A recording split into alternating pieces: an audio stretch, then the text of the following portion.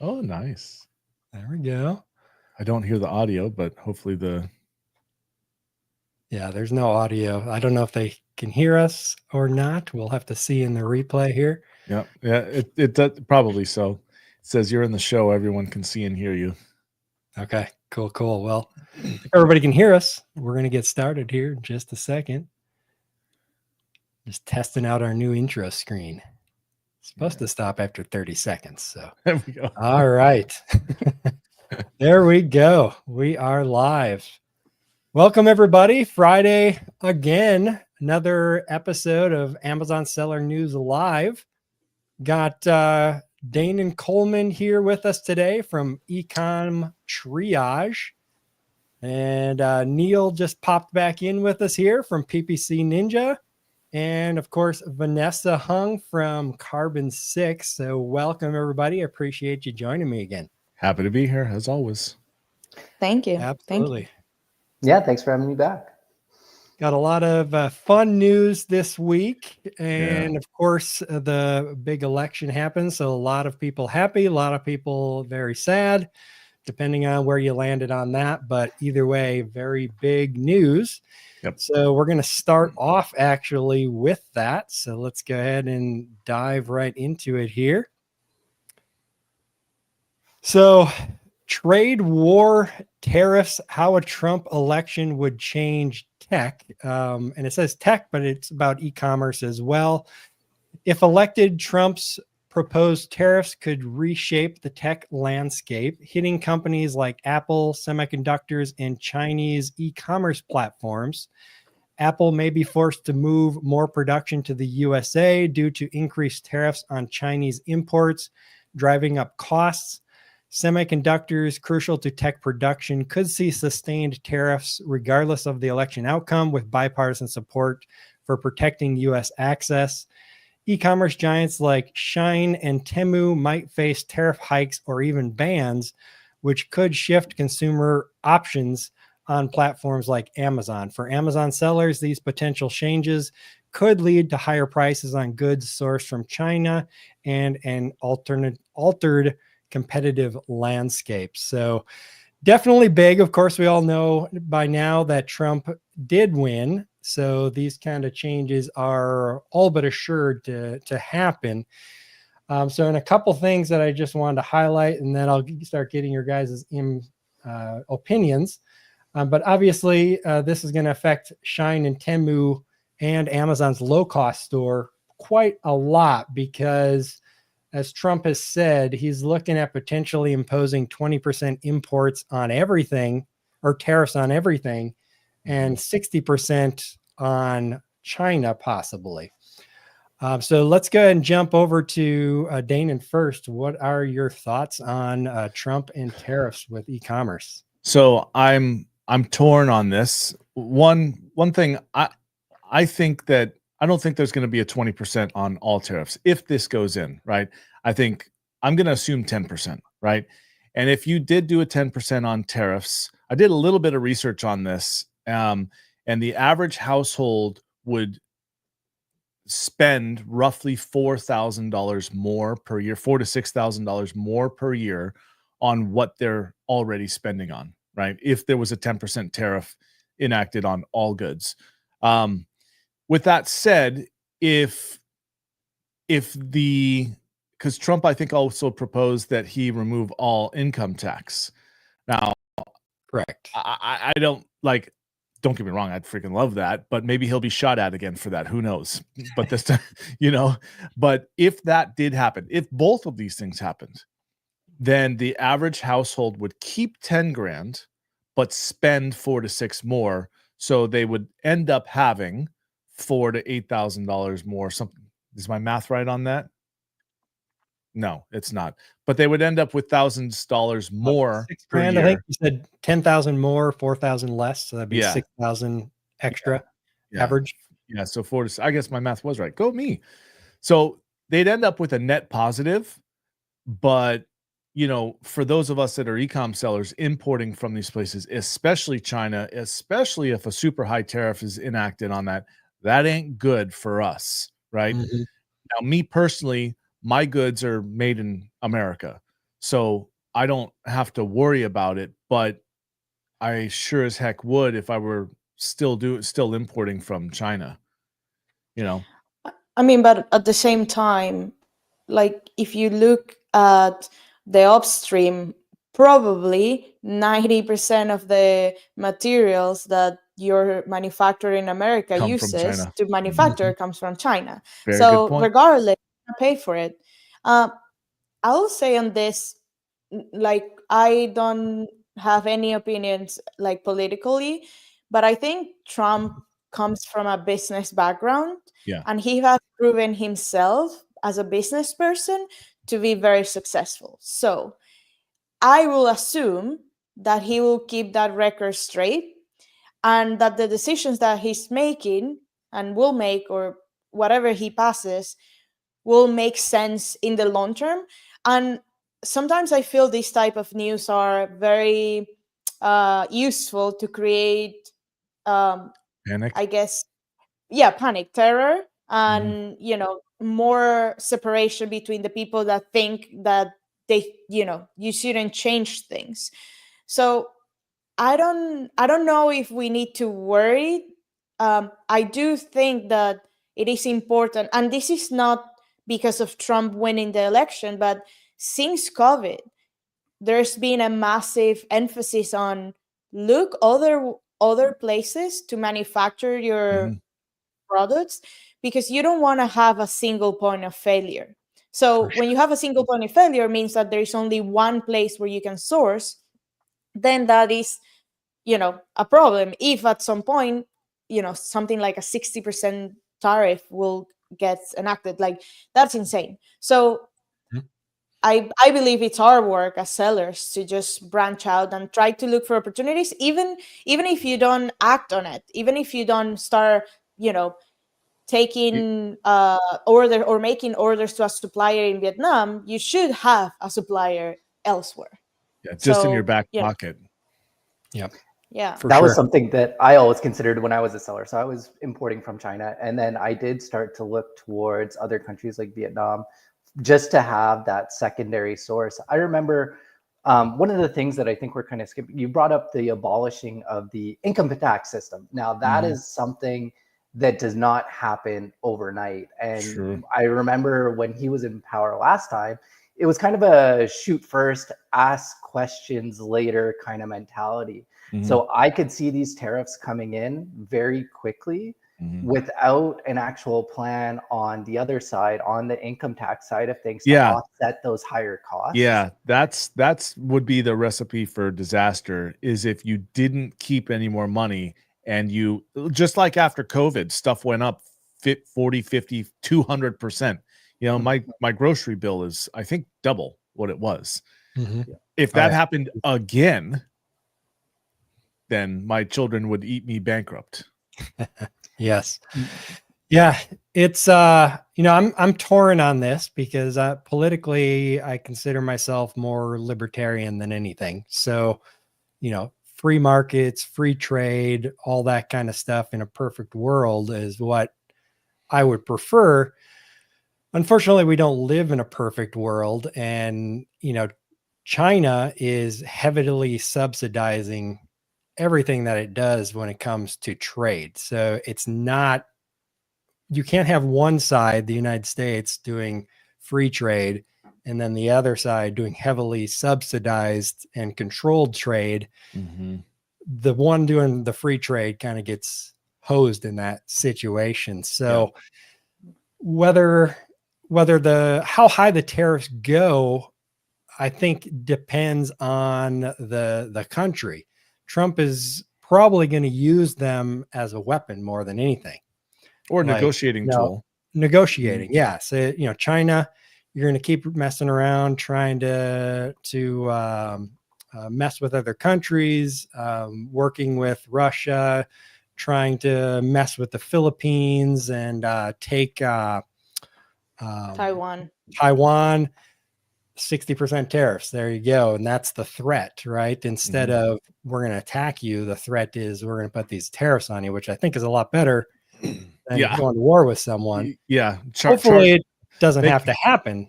Yeah. I'd rather Even make China pay all their gas money for their war machines than actually use them against each other.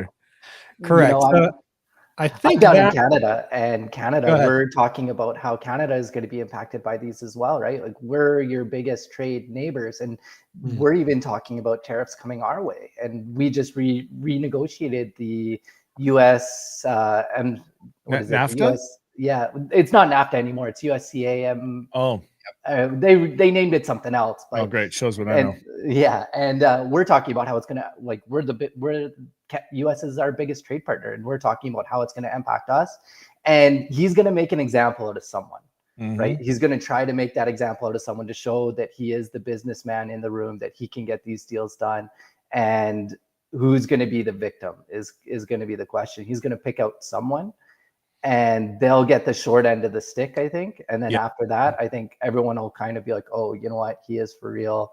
We better fall in line. Yeah, one thing I think is that I know based on his last administration that he does not want to harm the existing businesses in America. He wants to help them. So if I had to guess, he's got a deeper plan on this. He made that statement to shock and awe, and then Mhm. he's going to craft something that actually, hopefully, he will craft something that makes sense for everyone. Yep. Well, not everyone, but for those that need it to make Yeah. sense, you know. The political system in the United States is filled with hyperbole, right? Yeah. People say Yeah. crazy things all the time, and it almost never comes to fruition. Yeah. You know, the whole, Trump is Hitler and all that stuff. It's just hyperbolic stuff to try to win elections. And it goes both ways. Both sides do Mhm. crazy, stupid things or say crazy, stupid things. And then when it actually comes to governing, it's much more centric than anything they say when they're trying to win the election. So it's Yeah. always good to keep that in mind. Go back to the income tax thing. If that actually happened and we eliminated the income tax and replaced it with a tariff, I mean, I honestly think the success of the United States would just explode Skyrocket. because I think so too. every business would want to be here in the United States to take advantage of that low income tax and eliminating the tariffs. So you would just see an influx of business and Yeah. intelligence into the United States like you've never seen before. Yeah, because the last time I went to look at manufacturing my own product in the US, I could not find I found one manufacturer that even did what I needed, and they couldn't do my specific product because they didn't have the machinery for it. They didn't, it required special machinery. And it's like, all right, cool. Well, I'm stuck in China then. So I would absolutely love to see another golden age of manufacturing and, and keeping the wealth inside our own country. I would love to see that because you know, it's not going to get worse if it's getting better. You know what I mean? Yep. But it might get worse in the beginning. Yeah. Like any time when you gotta come down from the sugar high or whatever you want to call it, like we spend a ton of money, the economy goes up and then crashes down. Yeah.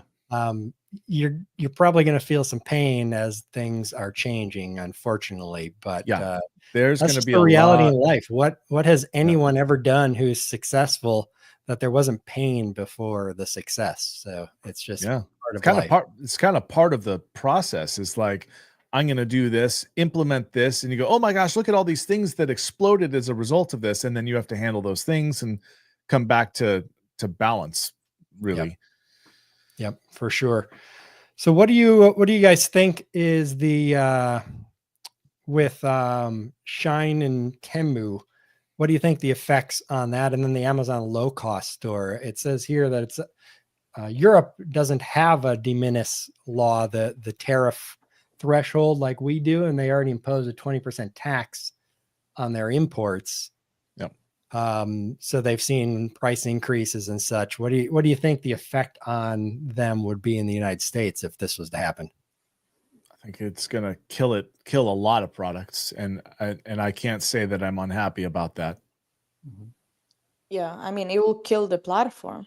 Like, Yeah. these platforms live from that loophole of, well, Margin. I think the current administration closed that, but still it is a possibility to like go around and not have it. But if the tariffs went through and it's that much more, then those models will be practically inexistent. Yeah. Yeah. I think they'll have to increase their price and compete comparatively with Amazon. And then the question is, can they make that change and do that? I mean, honestly, yeah, I would much prefer to have a US company. But competition is competition, which brings down price. So if they were able to figure out a way to keep going, even if it's in niche categories and stuff, overall, I think that would help sellers. And they'd probably be forced to open up a lot more to US based sellers, be much more friendly to US based sellers to keep keep their marketplaces going.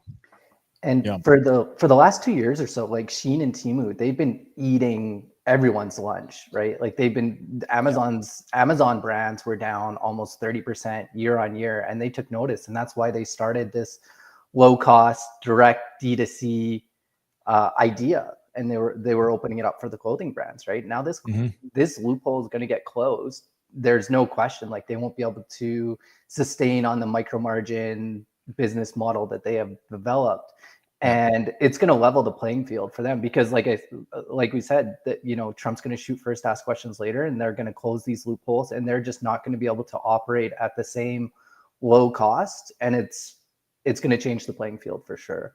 And it's a good thing, but the amount of American goods, like clothing, is the one that kind of pops into my head, is how much clothing is actually manufactured in America, whereas this just going to drive up the price of the entire broader market, because it's essentially not happening there anyways. Yeah. Well, I think the big winners from implementing these tariffs and such will, number one, be companies that are able to manufacture in the United States, but then probably, assuming they get in line and do the right things, India and Mexico could explode in terms of manufacturing and production. So, and they're already kind of set up to do some of that. And this could just be the catalyst, especially if there's a high tariff that's put on China that makes it super prohibitive to even think about manufacturing there. Yeah. That being said, I've heard that there's a number of Chinese manufacturers opening up manufacturing plants in Mexico to bypass that whole. Oh, yes. All those shenanigans. And in Latin America too. Yeah. In a lot of countries in Latin America. My guy that I have in Vietnam, because my factory is in Vietnam, actually sent me a message right after the Trump election if we want to jump on a call and talk about, all the manufacturing that's coming into Vietnam and stuff. Really? Already it's out just flooding in there. So it's going to move very fast. And yeah, of course that's going to happen, right? But it even if Chinese companies set up operations in Vietnam, India, and Mexico, that still decreases the stranglehold that China has, because that's going to help organize those countries, give them a lot more business, and then everybody's going to kind of explode and take off in those areas. Yeah. Todd, go ahead, Vanessa. Sorry. One thing to mention, and I'm far from being an expert on this, but I do like politics. I once studied political science, and I always think, or that's a framework that I like, it's like, okay, what is the root cause, or what is the motive behind certain things? So it's not conspiracy theory, but behind the business that we see, like Temu and Shein, behind those businesses as a business model and how much money they make or whatever, there is an incentive from China to be in everybody's fun.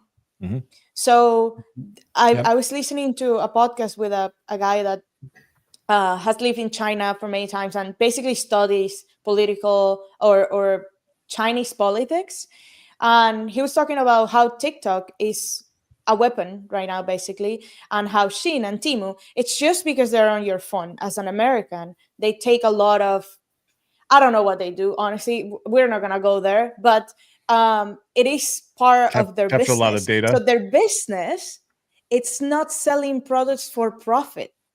So when you think about that, we're not even talking about the same game. Yes, that is very true. So to me, it's sometimes I see when people talk about this, like, oh, they're gonna go down, they're gonna go up. It's irrelevant because that's not what they're here. They're here to get your data. So that's kind of scary. That's why, I don't That's the name think of the game. Yeah, exactly. And the clock is still ticking on TikTok, right? As far as I know, they have to divest by the end of fiscal year, or by the end of 2025 or nice one, Neil. Right? Are you saying the clock is tick-tocking on TikTok? Yes, there you go.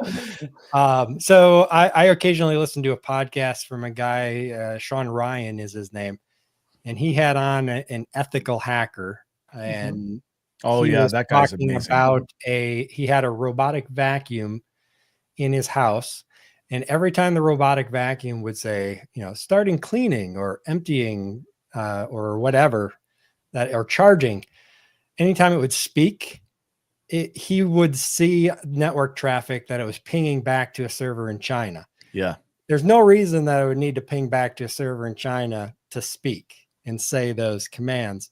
So his thing is, and it wasn't doing anything harmful, but just the fact that it was pinging back to the server means that it's talking to the server in China, and the programmers could easily update it to start sending other data back to that server in China at any time that they chose, because it's Wi-Fi connected. Yeah. And there's a lot more of that than we think, for sure. So for sure. Don't get a Wi-Fi connected baby monitor for sure. Wi-Fi less only. But yeah, data is the name of the game with everything. That's the reason that a lot of these companies exist, and they give these services away for free or cheap, because, like a lot of these Amazon companies managed by Stats or Helium 10 or whatever, they've got free plans, right? They just want you to connect your seller account and your advertising data, because then they can take that data and use it to make a lot of other decisions, figure out a lot more things. They're not necessarily trying to use it in a nefarious way, but the more data they have, the better they can operate and help sellers and things. So the data is what they're really looking for. Yep. Yeah. Yep. I remember at Managed by Stats, we used all the PPC data to help people with day parting. Right there were specified peaks in sales or add to carts, so you could change your ads to scale up during those peak hours and scale down during the dips. But yeah, you're absolutely right. Especially like for us on the PPC side of things, like whoever has the most amount of data gets the clearest vision of the broader scope of the market, and you can make such powerful decisions when you have these massive data sets, and other sellers don't have access to them. It's really not fair when you have, it's like insider trading. Yep. Yeah, for sure. Yeah. All right. Well, let's go ahead and jump on to the next article. Todd, but before we do that, I'm just going to share a link for Tariff Terminator. Are you good with that? Yeah, go for it. Cool. So just in the chat, it's just tariffterminator.com/Danon. I don't remember what discount it gives you, to be honest, but it'll give you some kind of a discount. But Tariff Terminator, I think now more than ever, everyone that's importing needs to use Tariff Terminator to make sure they're using the proper tariff codes. And I think right now, if you sign up, you get 12 months of tariff code monitoring for free, and they will monitor your tariff code to make sure that changes don't happen that cost you more money without your knowing or whatever. So I am an affiliate with them. I don't even think I get paid, but you get a discount. I really highly recommend you at least find out if there is a better tariff code, and it's for sure very, very, very affordable. Yeah, that's important to make sure you're using the right tariff that'll get you the lowest amount of import fees, duties as well. So yeah, and anyone, last comment on this, and I swear I'll let us switch, but anyone that is, if all of this universal tariff comes into place, then what are they, it's not tariff orchestrating, it's tariff design or something like that. You're going to be able to basically take multiple tariff codes depending on what's in your product and what materials and all that kind of stuff to get the best tariff engineering. That's what it is. yes. So you'll be able to engineer your codes so that you have the best possible price on import. So yeah, that that's gonna be assembled real in the important. USA could become a very big thing for sure. All right, let's go ahead and jump on to the next story here. So this one is from Scott Needham again over at Smart Scout, putting out some good data again. Web traffic for Jungle Scout and Helium 10 drops by 50%. Is interest in Amazon FBA waning?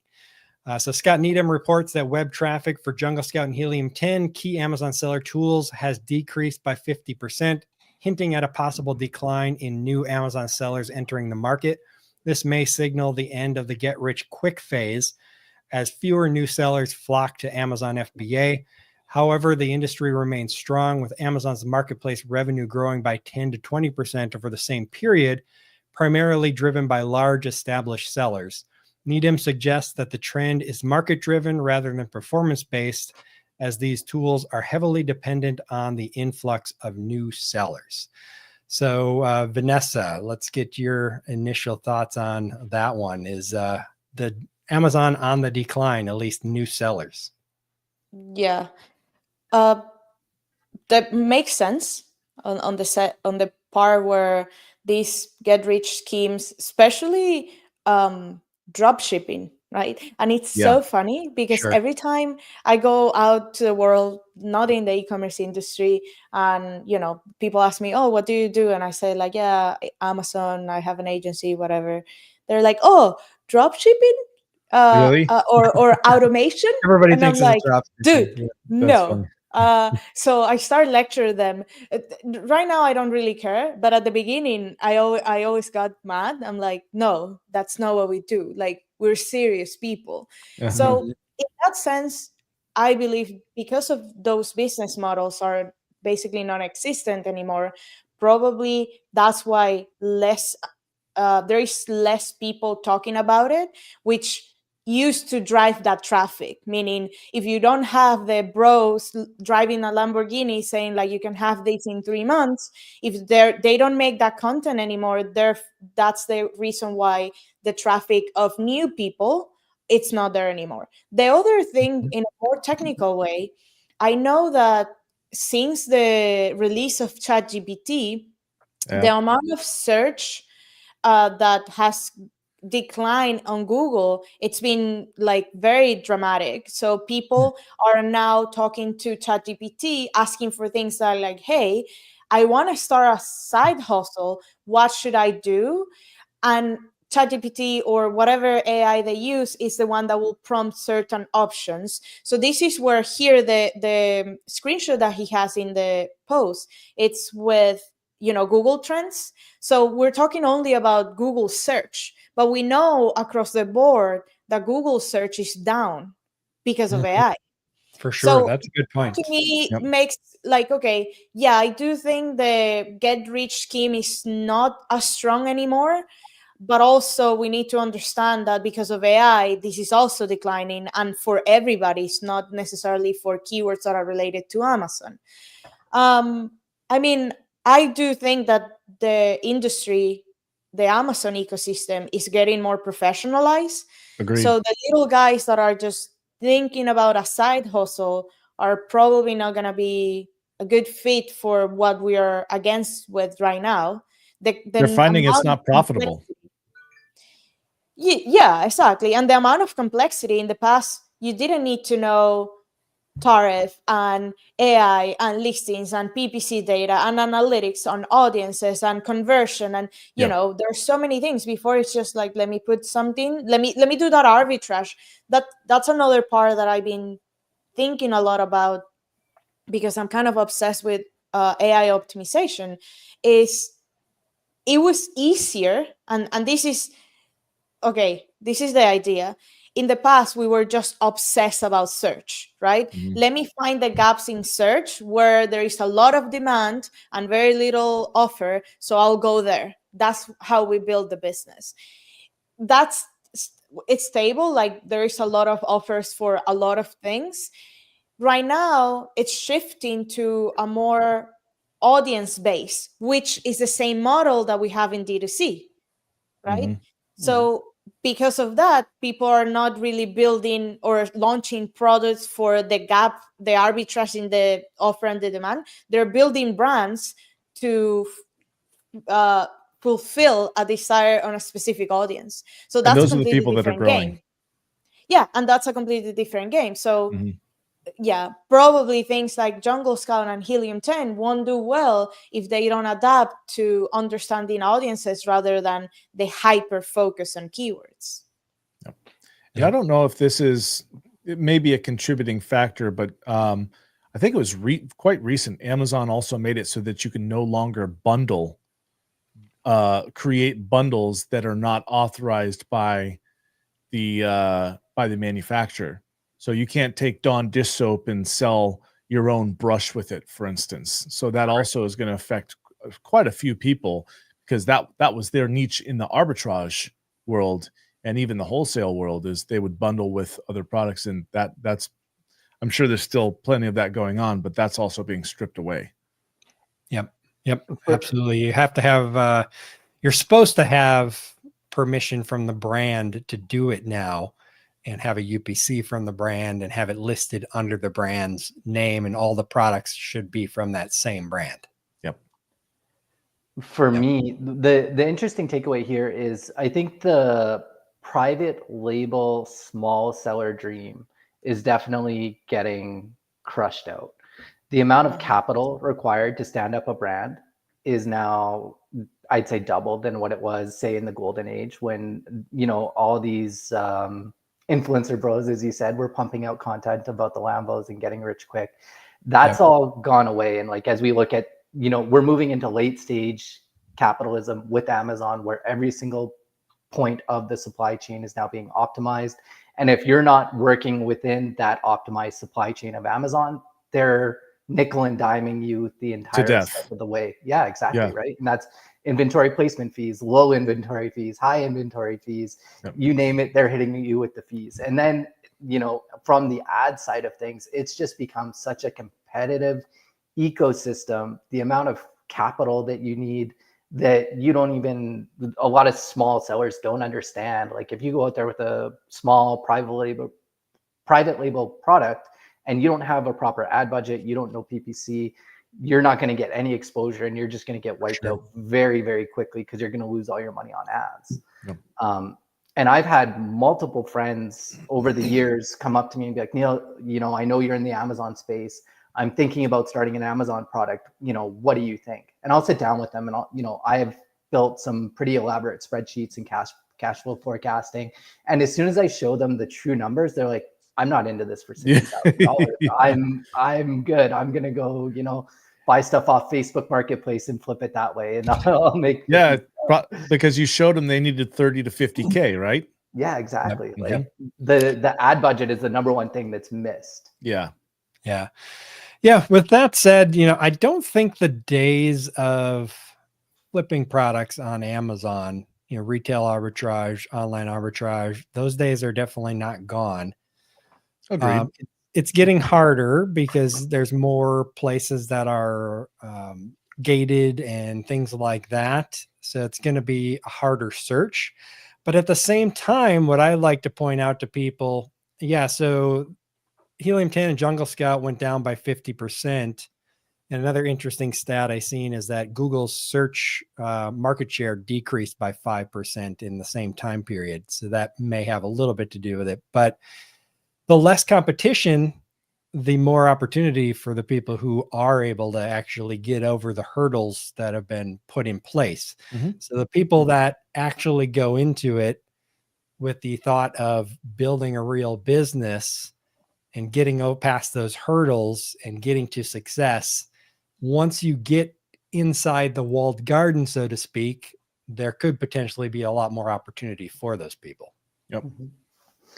And like I've moved Microsoft Copilot onto my home screen, and I stopped using Google as much. I'm using Copilot like crazy all the time. It's now my I made a pretty crazy switch on my personal laptop.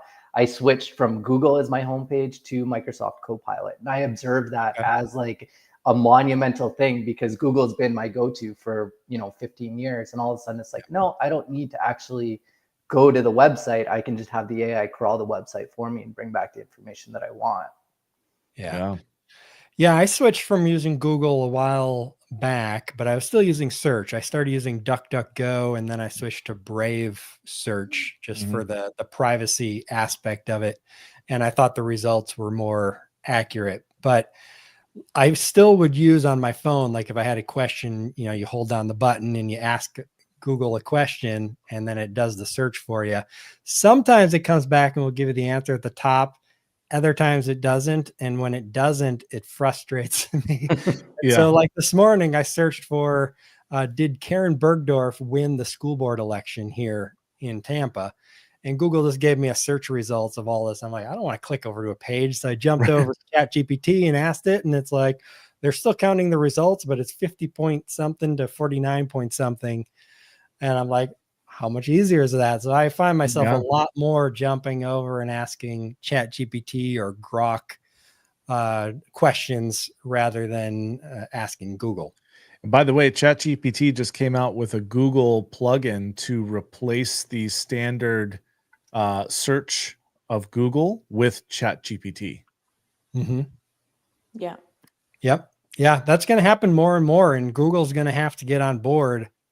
The problem is that they have competing business interests, right? They know they have to move forward with the AI, but they don't want to cannibalize all of their ad placements that are in their search results. So it's hard for them. Ooh, that brings up a good point. What's going to happen when we're getting paid search results in AI responses? Yeah. It's already happening on Amazon. It is happening That's on true. Amazon, right? With That's true. Rufus. I did see a few sponsored, I use that AI chat on there just to kind of see what the competition is doing. And I'm starting to see that pop up. I don't know how it gets there quite yet, but if Amazon's allowing it on their platform, I imagine it's only a matter of time before it creeps in onto like the DSP network or, even on, the Google shopping too. Mm-hmm. Yeah, just will there come a day where you ask AI a question and it's like, this reply is brought to you by Ford Motor Company. What was that voice? That was his radio voice. Yeah, that's my radio. Wow, voice. Todd. That's nice. There is one other little thing that's going on as well, is there's quite a few tools out there that have come out in fairly recent time that are offering the same services at a fraction of the price that these big guys charge for it. And it's not as much. Free. What's that? Or for free. Or for free because what they sell is something else. Yeah, they're just using it as a top of funnel, get the leads in the door. Yep. Keyword rank trackers is the big one I'm seeing. Like lots of new keyword rank trackers on the market. Yeah. And then just like breaking it out into individual services, right? Like a Helium 10 Jungle Scout, they're a one-shop stop, right? Like they have all the features, and now it's kind of moving in towards that a la carte style where it's like, I don't need to pay. Like once you're up and running, if you're, a small seller, once you're up and running, you don't need to be using Cerebro every single day. You don't need to be using Black Box. You don't need to be using all of those tools. And so, it becomes harder and harder to justify that. And I mean, I don't pay for Helium 10 subscriptions, but I do think that they have been doing year-on-year price increases as well, staying competitive within the market. And so, I mean, it's another one of those things where it's rising costs, optimizing your business and figuring out, where exactly, what do I need? Yeah.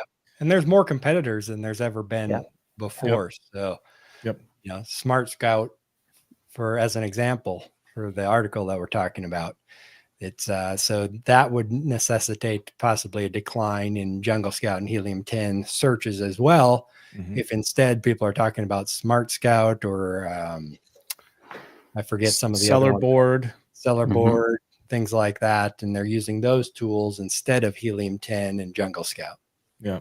And one other thing that I'm seeing is the last point is a lot of our clients, they pay for Helium 10 on the annual plan, and they've paid up for it for the entire year, and they get that discount. And then I'm finding, every few months now, I'm getting an email from clients being like, hey, our annual plan's coming up for renewal. How much do you actually use this? Yeah. And should we consider paying for it again, or can you get by without it? Is it a necessary tool within the business operation? And so then I'll, let them know that this is how much I'm actually using it, because we use it for quite a few things inside of the agency, but we can get by and go back to doing it the way our forefathers did it, so to speak. For sure. Well, you know what, though? You won't have nearly as much work as our forefathers, as you so lovingly called out, because you can just drop that data into GPT and get the data you need like massively quick, Yep, for sure. I'll bring this question in here real quick from Hamza. Hopefully I'm saying that right. Yep.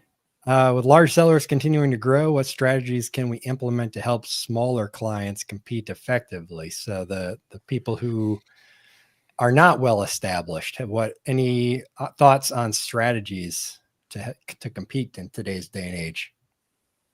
I think building a brand, you have to build a brand. That's what I think. Just, that's what Vanessa said. And then when it comes to PPC, you have to focus on conversion. Like, one of the things that has always been said is that if you can't compete for your main keyword because it's $4 a click and you can't do that, then you can go for the long tail keywords, and you can go after 100 long tail keywords at 60 cents a click and have that make you money potentially. And I'm no PPC expert, but I'll let you speak to that. Yeah, absolutely. As the PPC guy, I thought that was a cue to me. Go ahead. Yeah, no. Yeah, you're right. Go ahead, Neil.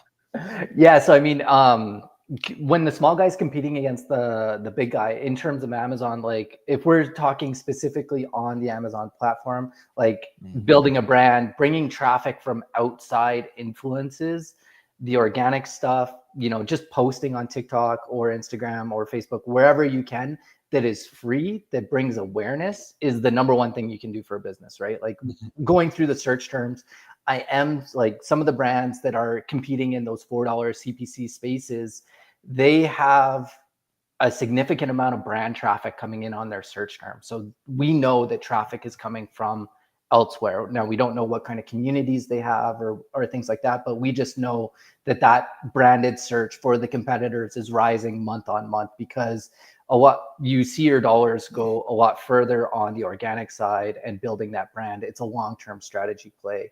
But once you start getting into if you're just a specific Amazon brand in it's a not so sexy product and there's not really that many differentiators out there, you definitely need to be going after those long tail keywords where they are less expensive.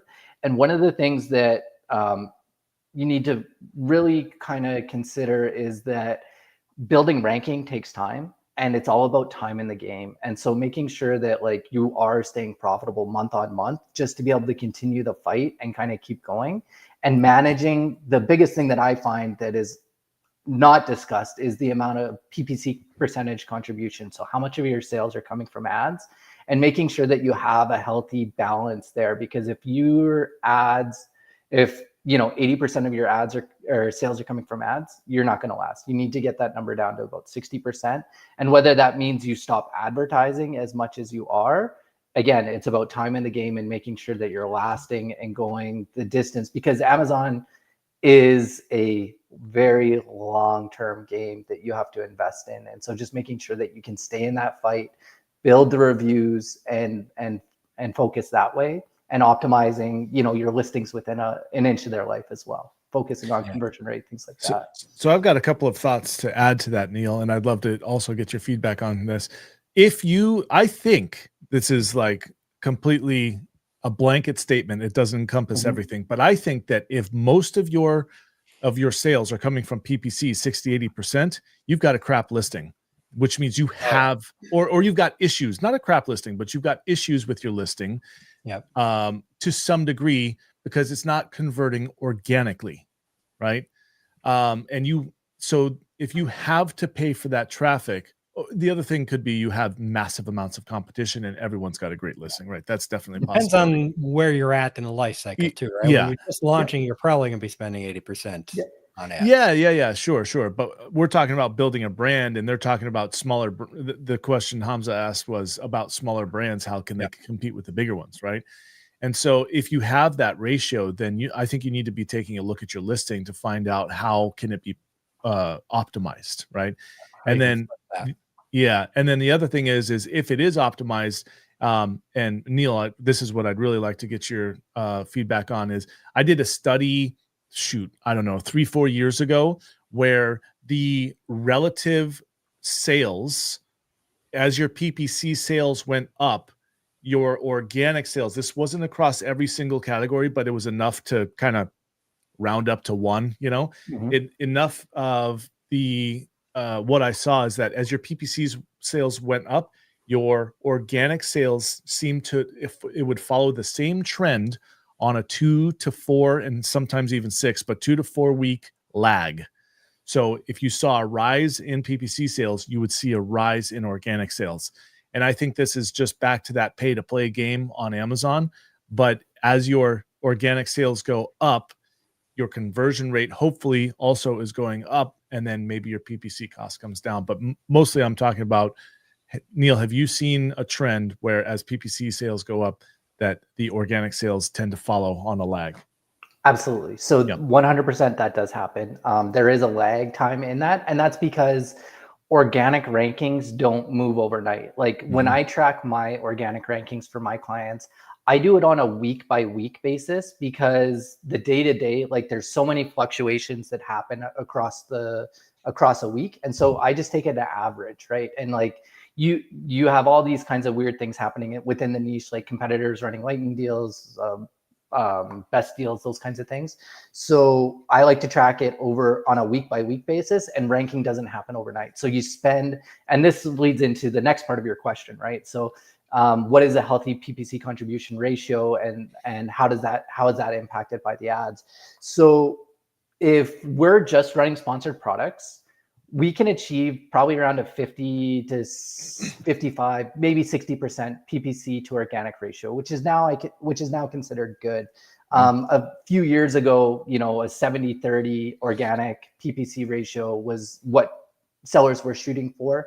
But as Amazon continues to add more ad placements onto the page, PPC costs go up. We see these, someone did a study on it where it's now the majority of the search results are becoming ads, and it's getting depleted more and more. So if we're looking at decreasing our PPC contribution ratio, it also depends on what kind of ads you're running. So with sponsored products, we know that they drive organic rank. So you spend $1 today, you get $2 tomorrow.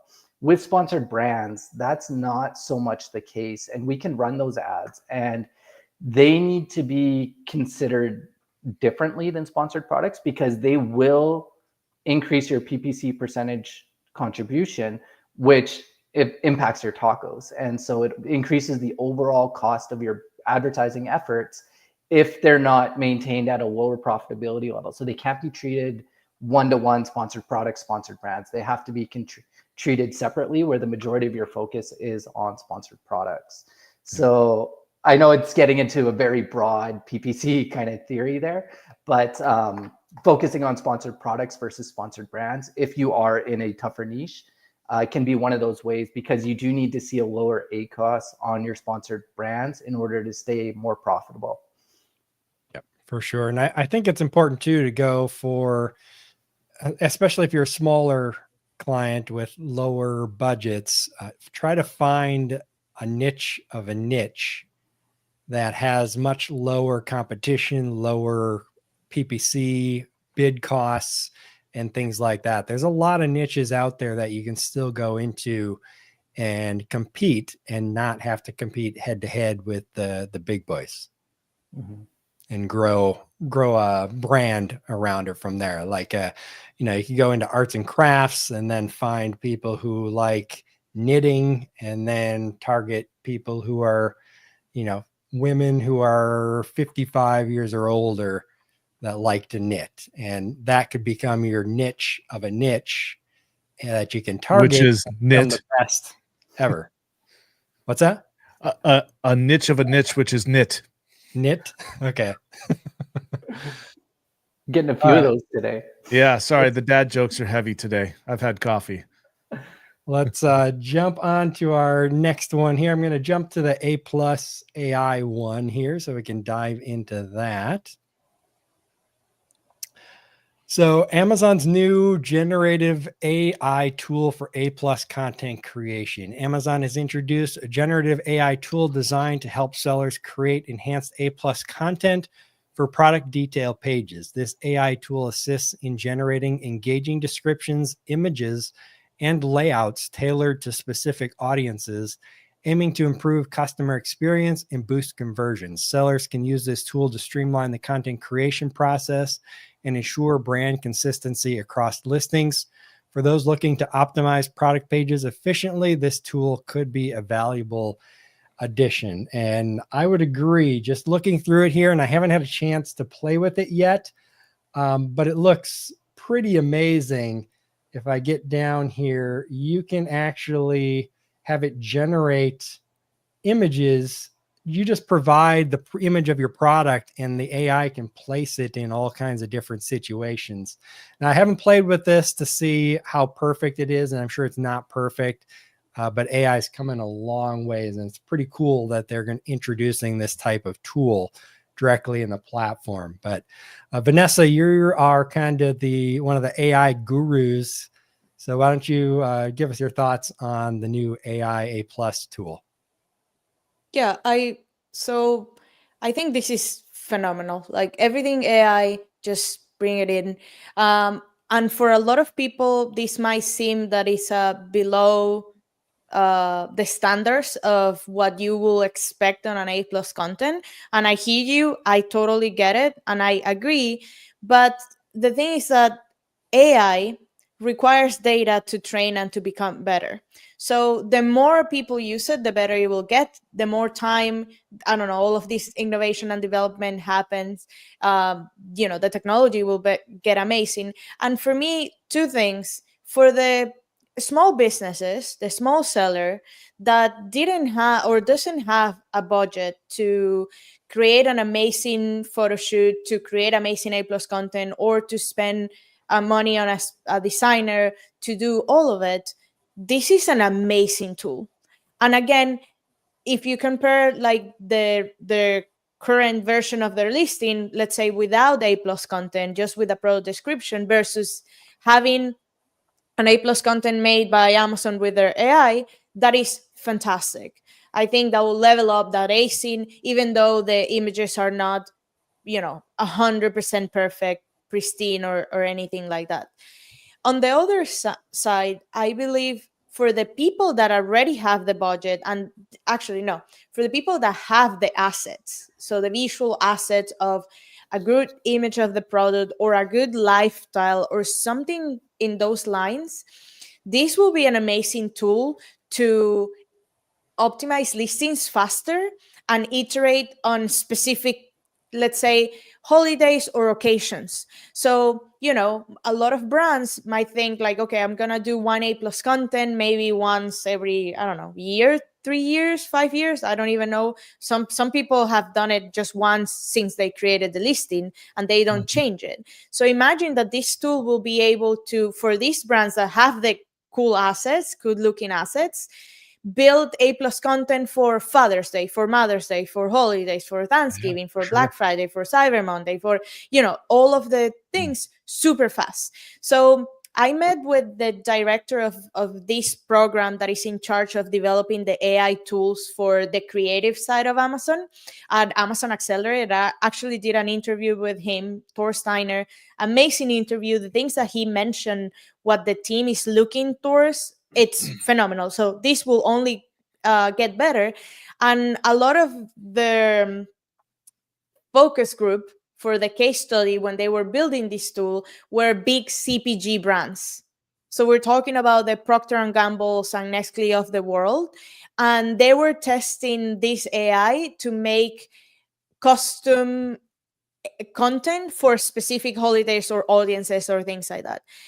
And you imagine those guys have very deep pockets, but this is a tool that allows for efficiency and allows for speed. You want to be fast, you want to innovate fast, because having an A+ content done once every 3 years, it's not gonna be a thing in the game that we're playing right now. AI is changing radically fast. For sure. Yeah, it's changing super fast. And just looking at some of these images, a lot of them are very good. Some of them you can tell that, you know, that the product was placed there. It's not a real photo. But images like this one, for example, I mean, that totally looks, obviously the graphic behind it is not real, but Yeah, it looks really good. This one with the suitcase here, I zoomed in on it, and you know, it has kind of the typical graphic designer problem where it looks like it's floating. So that one is not great, but it's probably good enough, especially like you said, Vanessa.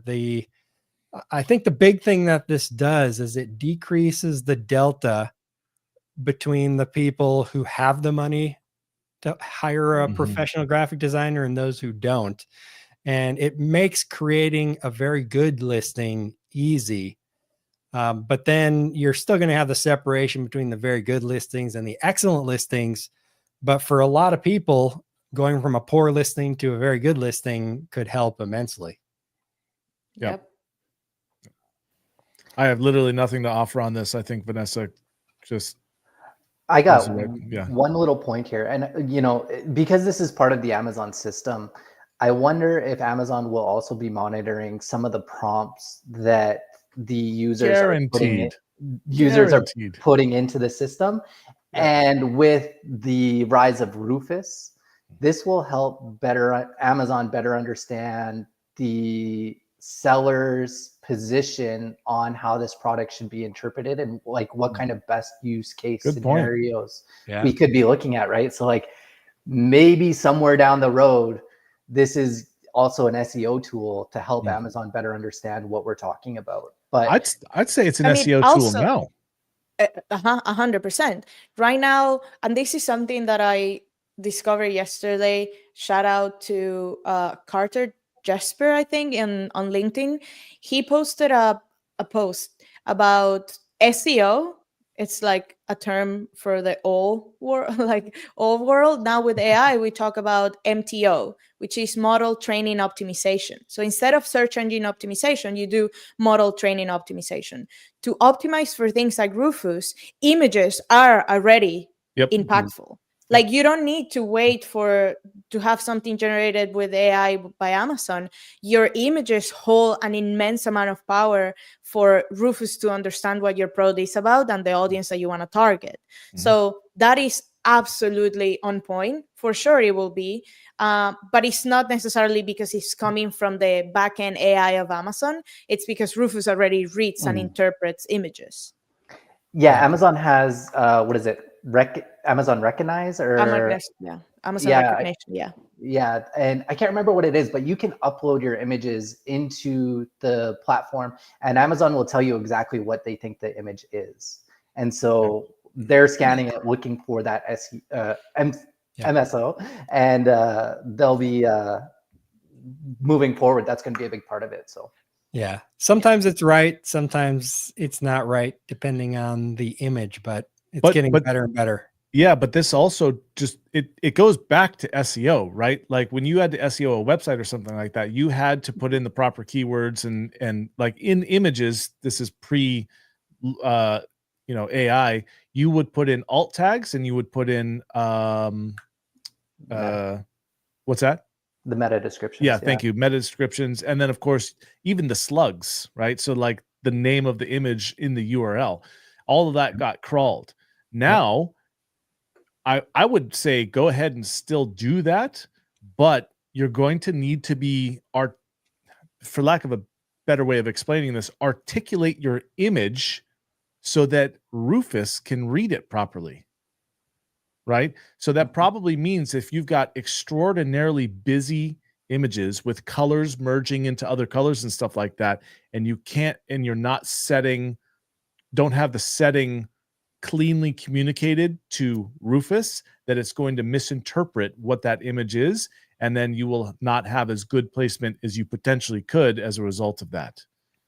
Now, Yep, that's for a sure. theory, but I mean, it's way more sophisticated than that. of course it is. Yeah. But Yep. it still means that you'll have to think with that, right? Yeah, AI is the future. Anybody not using it out there, not getting familiar with it, if you don't learn it, you're going to be left behind in anything that you do. It doesn't matter from if you're the school librarian to running an e-commerce business. Yep. If you don't learn AI and how to utilize it as a tool, it's going to hurt you for sure. Yep. So take advantage of these tools. If you don't already have really good A+ content, make it. If you don't have really good copy, use the AI copy tools. It's better than not doing anything for sure. By the way, does anyone have the link, Neil or Vanessa, to where you can throw your image in there and see what Amazon thinks it is? Link or domain or whatever? Amazon recognition. That's through AWS. You need to create an account. I don't have, I mean, I do have a link, but I don't have it right now. I'll can send it after. Yeah, I don't have a link. Ritu has the link for on our like side, you need to create a AWS developer account. So that's kind of like a pain. But if you have it, then you will be able to get into recognition. Yeah, cool.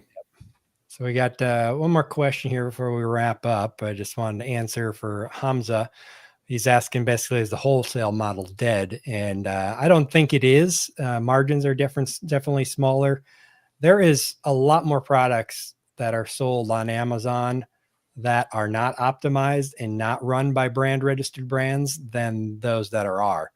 Well, I may be wrong on that. It may be closer to each other, but there are tons. I run into them. Lots of opportunity. Yeah. Tons of opportunity. And I think the biggest opportunity is partnering with those brands. Agreed. To get them brand registered, help them build this A+ content and all of that, and then take a cut of that pie, either resell the products for them or run their account or something like that. And so that is definitely far from being dead.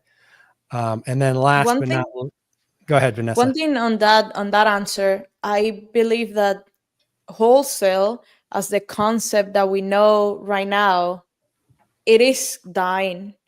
And the counterpart, what you just mentioned, Todd, of partnering with brands, that's what for many years other people have called accelerators. So an accelerator is like a partner for Amazon. Basically, they take a brand and they accelerate their business in the platform.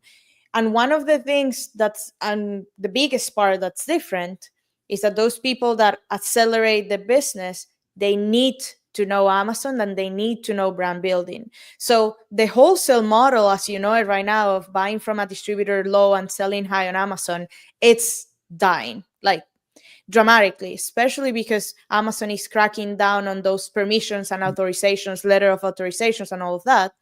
So I definitely think it is dying, but something else is coming up to replace it, which is acceleration. And for that, you need to really know the game, because most wholesalers, they don't even understand Amazon. Yeah. They just put a SKU and a price and that's it. Yeah. 100%. And that's something I've always said, even going back to when I first started trying to help people back in, 2018 or 17.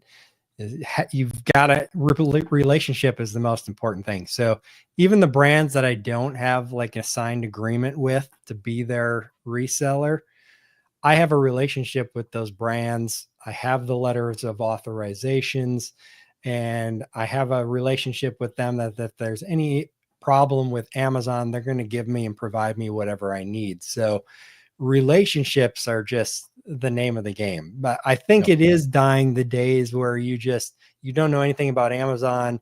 You find some products from a distributor, you throw them up, and you don't care about it. You don't care what it is. You don't care what the listings look like or anything. Those days are slowly going down, but there's still a ton of opportunity for anyone who actually wants to help improve brands, businesses that don't know anything about Amazon. Agreed. It's interesting. I've contacted in Canada, we're missing a lot of the big, large American brands on the Amazon platform. And there is, Amazon CA is just growing and growing and growing. And there's a lot of room for development there. And I've reached out to some of these large brands personally to be like, hey, I'm an Amazon expert. I'm, top in the PPC field. Let me be an exclusive distributor and like handle your Amazon side of things for this Canadian market. Like we're just across the border. And they'll be like, nope, we're not interested. We don't want to go on the Amazon platform. We want to continue on our retail side of things, even though there's very little retail presence. And like with the old ways will never die, Sonny. Exactly. And it was mind boggling because it's like a sports and outdoor brand where you have 6 months of the year to eat. And then the other 6 months of the year, it's quiet because we're just covered in snow. And I couldn't believe it that like one of my favorite brands was not interested in even entertaining an idea of expanding their business further into a neighboring country. Yeah. Well, for every 100 brands you call, you'll probably get one or two. Yeah. It was one that I was passionate about. So I was like, you know what? I'd like to work with this brand. I've done that too. Absolutely. That mentality is decreasing as Amazon matures and the people selling on Amazon become more professional. I've seen a lot more openness and willingness for brands to let us help them sell on Amazon, because I think they realize that it's a necessity. And there was a perception for a long time, and I think rightly so, that Amazon sellers were just super unprofessional people selling from their basement, and they didn't care about your brand and were just basically destroying and tanking your price. And there was a lot of truth to that, unfortunately, for a lot of people out there. I never tried to be those kind of people. I think I've always cared. That's why I've stayed in the niche that we're in for the most part. Anytime I ventured outside of that is when I messed things up, and then I would come right back to focus on my sporting goods niche. But Amazon sellers have gotten a lot more professional, and brands are seeing that and are starting to open up. You're still going to have a lot of hardcore brands that are like, never Amazon kind of people, kind of like the never Trumper, hardcore that way. But it's becoming less and less. More people are being open to selling on Amazon and working with someone to sell their products on Amazon. Yep. And the other side of it too is that, I looked it up the other day, how much an Amazon account manager makes. And in the United States, they get paid between $60,000 to over $100,000 a year. So that's something to think about too. You're learning how to sell on Amazon. If you're actually learning all these AI tools, how to optimize, how to do PPC and everything, your value goes up. Private label account fails, your brand doesn't take off or whatever, you may have a job to fall back on that could make you 6 figures or more. Or you can do it fractionally and make 6 figures 3 times over. Yes, absolutely. So lots of different opportunities. I'm just going to throw my friend Scott Noble's comment up here. Is this election a win for sales, the economy, and the stock market? I think in the long run, it will be. In the short run, it has been for sure in the last few days. In the long run, it probably will be, but there may be a middle period where it hurts a little bit. Yep. But all right. Well, I appreciate you guys coming on the show again. We went a little bit over, but it's been a great show. And thank you guys. Everybody watching out there as well, thank you. And we'll see you next Friday. Thanks, Todd. Thanks, Todd. Bye, everyone.